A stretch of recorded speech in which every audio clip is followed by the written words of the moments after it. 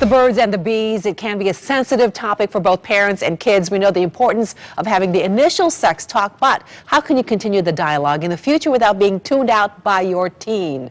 Dr. Barbara Greenberg is a clinical psychologist and the co-author of Teenage as a Second Language, and she's back with us today. It's great to have you as well. Hi, it's great to be back. All right, so why is it so important for parents to talk to their kids about sex? It's a very hard talk to have with your kids, but teens who talk to their parents about sex make much safer and much healthier decisions about sex. And is that because if they don't talk to their parents, they're going to hear it from other people that perhaps may not have the right information? That's right. They'll get incorrect information on the school bus. You know, whatever you learn on the school bus is usually not correct. That's right. So how do you start that discussion? What do you say to them?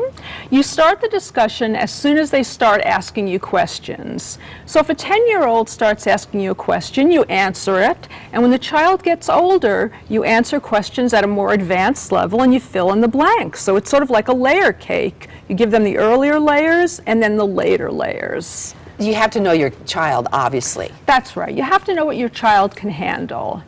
And you ask your child, is that too much information? Is that too little information? You check in with them. You do constant check-ins. How blunt should you be? You should be direct and straightforward. It is always the best approach. So can you give us an idea as to how to do that? It depends on the age of the child. So you want to give them information that's not too graphic, but provides them the correct information. As they get older, you can be more graphic about what's going on, but it's very important for parents not to lose the piece about emotional intimacy. Parents often teach their kids about sex, about STDs, and what they forget is to teach them about the connection between sex and emotions, because the body, heart, and the mind, as we both know, Jocelyn, act as a team. And remember also, parents need to remember to talk to the boys as well. There's this feeling among parents that the boys will just learn it on their own. Not true. They too need to be spoken to. So boys and girls, you got to have that direct talk. Talks. It has to be more than one. Right. So that's what I always say. Not one birds and the bees conversation, but an ongoing dialogue, so that everybody gets practice talking about sex and becomes more comfortable.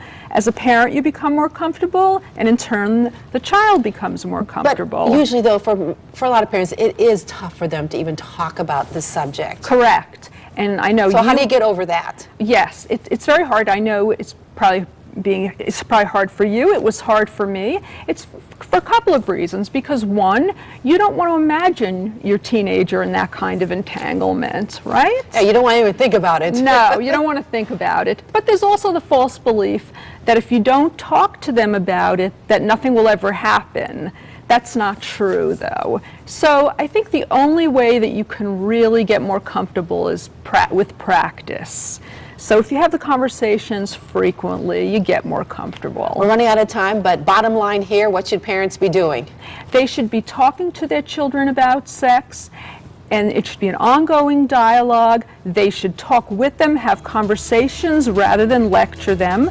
They should use all media opportunities to talk about sex. Keep that line of communication open. And be available. Dr. Greenberg, thank you so much for joining us. Thank you for having me. You're welcome. I want to thank all of our guests. And of course, thank you for watching. Make it a great day, everybody. We'll see you tomorrow.